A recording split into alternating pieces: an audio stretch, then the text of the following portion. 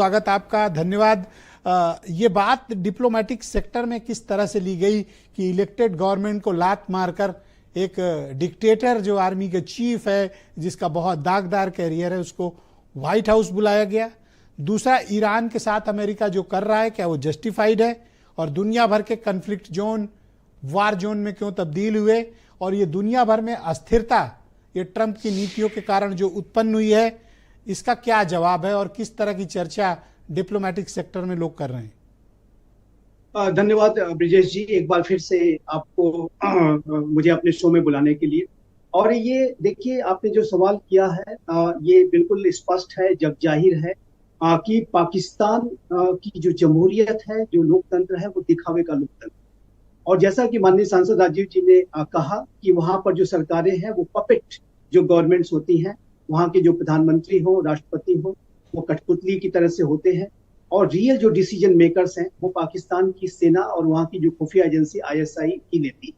और अब वर्तमान समय में इस बात का जो एक्नॉलेजमेंट है वो सीधा सीधा ओपनली अमेरिका जैसा राष्ट्र भी कर रहा है। हम भी लगातार इस बात को कहते हैं और हम इस तरह के पब्लिक डिस्कोर्स में जब भी डिस्कशन पाकिस्तान के बारे में होता है तो इस बात को हम सभी डिस्कस करते हैं कि पाकिस्तान के जो रियल रूलर्स हैं वो पाकिस्तान की आर्मी और आईएसआई ही है। और यूनाइटेड स्टेट्स ऑफ अमेरिका के राष्ट्रपति का इस मैं इनको फेल्ड मार्शल मॉडल कहता हूं, क्योंकि ये बेहद, जैसे अभी ऋषिकेश जी ने कहा, वो हारे हुए व्यक्ति हैं, वो असफल व्यक्ति हैं, लेकिन जाहिर है कि अपनी महिमा मंडन के लिए और अपनी असफलताओं पर पर्दा डालने के लिए उन्होंने अपनी पदवी बढ़ा ली, जबकि कायदे से तो इनका डिमोशन होना चाहिए था, लेकिन ये अब फील्ड मार्शल अपने उपाधि धारण कर। संजीव भाई, मैं आपको इंटरप्ट नहीं करना चाहता, लेकिन आज के दिन में सच्चाई है कि अमेरिका का राष्ट्रपति उस आदमी को व्हाइट हाउस बुलाता, उसके साथ लंच कर रहा है। यह हमारी प्रतिष्ठा पर बहुत बड़ा धक्का है। देखिए ब्रिजेश जी, मैं ये अपनी बात को इसमें ये कहूंगा कि पाकिस्तान की जो टेरिटरी का जो एक्सप्लॉयटेशन, मैं यूटिलाइजेशन नहीं कहूंगा, इसको कहूंगा कि शोषण अमेरिका ने समय समय पर जब कभी भी उसे मौका मिला है उसने किया। और पाकिस्तान को यूनाइटेड स्टेट्स ऑफ अमेरिका भले से ये स्वीट वर्ड इस्तेमाल करे कि I love Pakistan, this Pakistan, that Pakistan, लेकिन वो पाकिस्तान को एक क्लाइंट स्टेट के तौर पर इस्तेमाल करता है। जब चाहता है जिस तरीके से उसको तोड़ता है, मरोड़ता है और उसका पूरा शोषण करता है। मैं आपको याद दिलाना चाहूंगा कि 9/11 की जो घटना हुई थी अमेरिका में, सबसे बड़ा आतंकी हमला हुआ था, उस समय जब अमेरिका ने तालिबान के जो शासन अफगानिस्तान में था उसके विरुद्ध जब युद्ध की तैयारी कर रहा था, तो तत्कालीन जो राष्ट्रपति से और जो सेना के जो सैनिक शासक थे जनरल मुशर्रफ, उनको राष्ट्रपति बुश ने कहा कि either you are with us और अगेंस्ट अस। और उसी रातों रात मुशर्रफ ने अपना जो करवट है वो बदली, यू टर्न लिया और तालिबान का साथ छोड़ करके सीधा सीधा वो अमेरिका के खेमे में आके बैठ गए। और उसकी एवज में अमेरिका ने उन्हें कुछ चंद डॉलर दिए और F-16 जैसा विमान पकड़ा दिया। और अमेरिका ने फिर उसी पाकिस्तान के एयर बेसिस का इस्तेमाल करते हुए अफगानिस्तान में बड़े मिलिट्री ऑपरेशंस किए और तालिबान की सरकार को उखाड़ फेंका।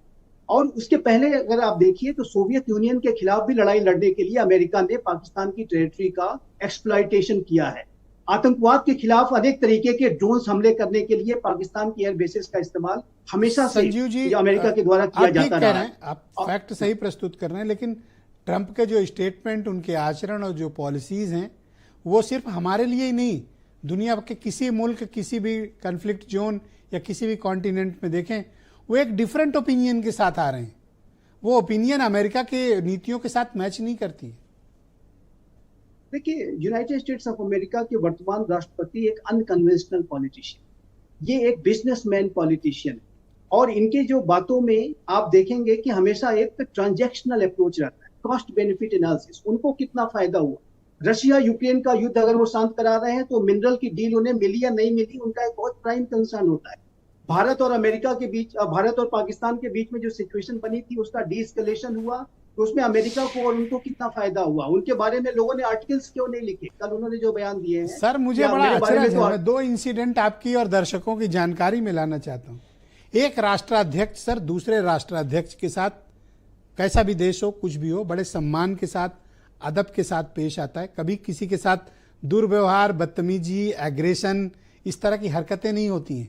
लेकिन सर, ट्रंप इकलौते ऐसे राष्ट्रपति जिन्होंने व्हाइट हाउस में ये बदतमीजियां शुरू की। सर, आप यूक्रेन के राष्ट्रपति के साथ जो हुआ सबने देखा, साउथ अफ्रीका के राष्ट्रपति के साथ WhatsApp forward fake viral messages, videos और फोटो, जो साउथ अफ्रीका की थी भी नहीं, या थी भी तो 7 साल 8 साल पुरानी तस्वीरें थी, उनको दिखा के साउथ अफ्रीका के राष्ट्रपति को शर्मिंदा किया। एक एम्बुश अटैक करते हैं ये सब मिलके। सर ऐसा कोई एक्सपेक्ट नहीं करता। दुनिया का कौन राष्ट्राध्यक्ष अपनी बेइज्जती कराने जाएगा इनके पास?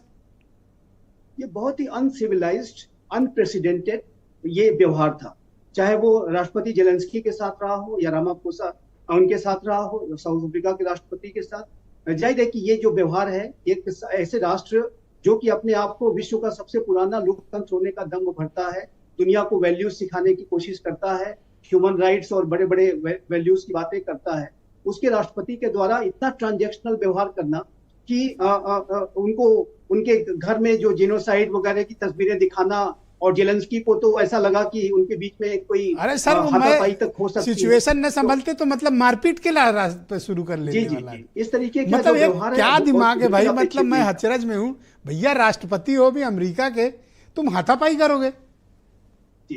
ये बहुत ही मतलब इसके बारे में क्या कहें, ये बहुत ही ज्यादा अनप्रेसिडेंटेड। बहुत शुक्रिया sir, please continue with us sir. हम इस डिबेट को आगे